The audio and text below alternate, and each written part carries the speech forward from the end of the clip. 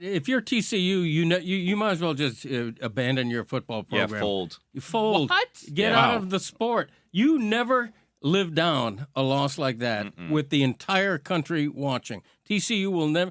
Boy, their portal must be, the like Batwing doors in an old Western right now. People scrambling to get out of Fort Worth. I mean, seriously, you never get. Oh, and I'm being half serious here.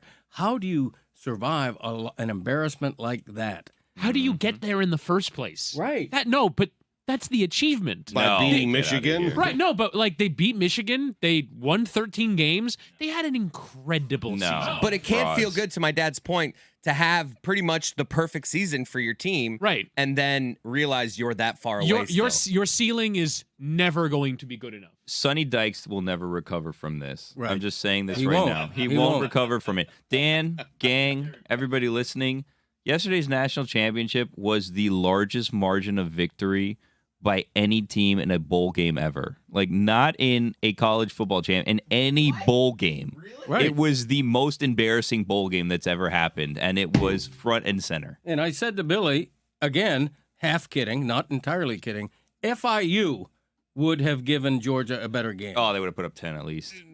The Owls would I have done it stand too. by that. You give me FIU and 58 points, You're sitting. I'm making that bet. Yep. I'll take it. Thank you. Thank you. More, please. At one point in the first half, I started counting TCU defenders just to make sure.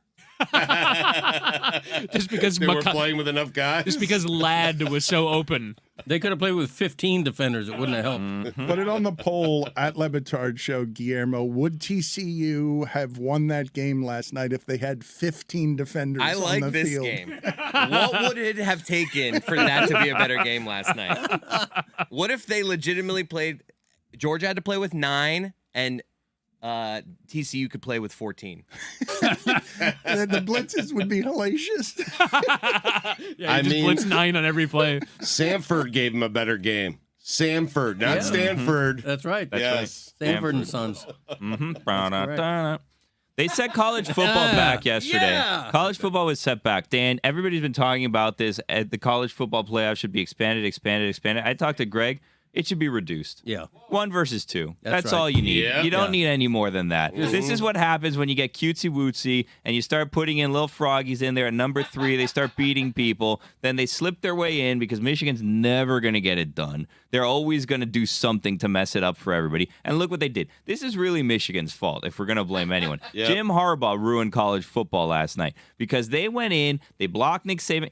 Dan, I know that we had this conversation. You're telling me that Alabama wouldn't have put up a better game yesterday than TCU because you sound silly. Don't even defend yourself. You sound This silly sport saying is that weird right now. because Michigan probably would have put up a better fight, but they lost to Anybody TCU. would have. It's a Anybody weird would've. sport. It was just a bad No. night. This game no. nearly had Ohio State in it. No. It should have had Ohio State in it. If they played Like, 10 you times, talk No, about- it should have had Alabama in it. That's the problem. But Ohio State was a field goal away from being in this game. And us not talking about Georgia as this unconquerable beast in this sport now, which they should be discussed as because Kirby Smart has done a ridiculously good job. He's one of the 4 coaches that matter. The new Saban. They have a 40-year-old quarterback playing there who's older than half of the QBs in the NFL. I got to tell you, the MVP of the game last night was David Pollock. that was the best. The stones on Pollock to sit right next to Nick Saban The best part of the whole night. and have the ability, the nerve, the gall, okay, the confidence. The audacity. Are they positive things? Like get to nerve, gall, like what is it? Are they all positive things? He's got balls. I'm reporting it right now. David Pollock has balls. Are you going to say what he did? Big, gigantic balls. What he did is sitting right next to Nick Saban. Thank you, Chris. I was getting to it. Right next to Nick Saban. He said Georgia has taken over the sport. Oh, you could see the steam coming out of Saban's ears. Big mistake, though. Big mistake. Do you think he forgot for a moment that he was sitting next to Oh, Saban? Or did he, 100%. He's a Georgia Bulldog. He I knew know- exactly what he was But doing. Reese Davis was looking at him like, are you crazy? don't do it. I care about He you. poked the bear, man. Next year is going to be a bad year for the rest of college football. I'm telling you right now. After that embarrassment, Dan, you think 4 teams should make it? And they should expand to 12 so that something like this happens again. Go back to 1 versus 2, and even that, I feel like some seasons just let voters tell us who the national champion is. Let's not even have a game. the What's good the old point? days. What was the point of that game last night? Well, the point was the semifinals, which were amazing. It was like the Nah. best day of college football we've had in a decade. Those two semifinals were amazing, and last night stunk. But it was one of those games, and Lane Kiffin talked about it on this program. He said that when I was the offensive coordinator at Alabama, there was 9 games you won when you walked off the bus. And that was a game that Georgia won when they walked off the bus. Shitty that it was in the national championship, but Georgia won that game when they got off the bus because they're just stronger, better, and faster than TCU. I feel bad for them. The CFP should be a 2-team playoff. Every year it should be Georgia and Alabama. Give them the entire season just to prepare for that game. Agreed. Every year. Same two teams every year. Yep. But the thing is that, like, I was thinking about this on the way in because the inclination is to think that it's just Georgia, Alabama, and Ohio State can do this. Even Michigan trips up at every available opportunity when they get into big moments. And yet you think that there are so many programs that are leaving something behind. When you think of, like, Texas A&M, considering how much they spend, how well they recruit. USC, considering where they are located. Texas is a program that should be able to compete like this. Miami. I mean, honestly, I haven't mentioned the Florida schools. I would put Florida and Florida State in that conversation as well. As teams that should be able to compete on this level, it is their failures as programs, not, yes, Georgia are incredible. Kirby Smart is the one guy off the Saban tree who's been an enormous success as a head coach. But there are 7 or 8 programs that are leaving a lot on the table because they're incompetent. What a brutal finish for TCU to have the casual guy like Greg Cote wander over and just dismiss everything they did this year, including a week ago, play one of the great games that we've seen against Michigan, to knock off a Michigan team that was awfully physically strong. And we were a week removed from Stugotz marveling at, holy shit, TCU looks like they're fielding a bunch of pros when they play against Michigan.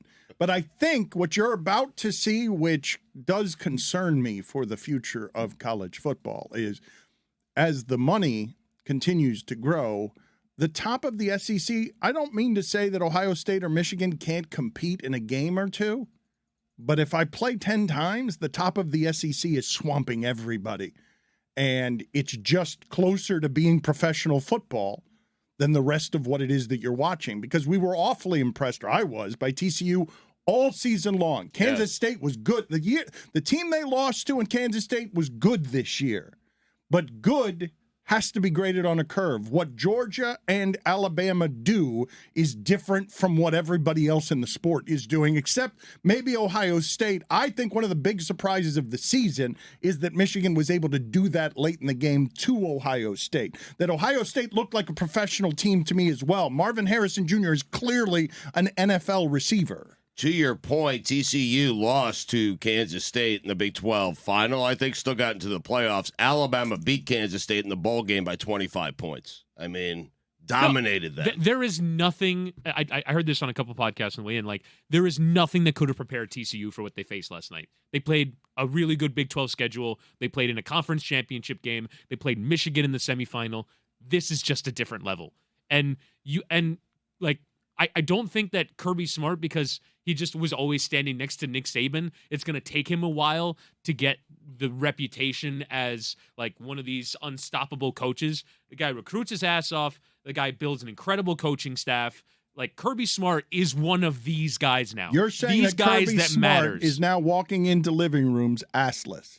You're saying that he's recruited so much that his ass is fallen off, in some neighborhood. I mean, he got to, he played an underdog card all season, which was bizarre. Like, nobody believes in you, except we're number 1 in the polls. We've had a number 1 recruiting class for 5 straight years. But I do think it's not nobody believed in us, but I do believe that, like the Kansas City Chiefs, we've normalized their greatness. It's a little droning now. They've gotten to the spot that USC was in before Alabama was in that spot, where you're watching every week and you're like, will they lose? Can they lose? You're not watching to see them win or how. 15 pros last year. No, but Woody, that's the card. As a coach, that's the card you pull out when you're out of cards. No one respects us. Right. He knows everyone respects him. Right. And what he means is it's Alabama, Saban. And now finally we're that guy.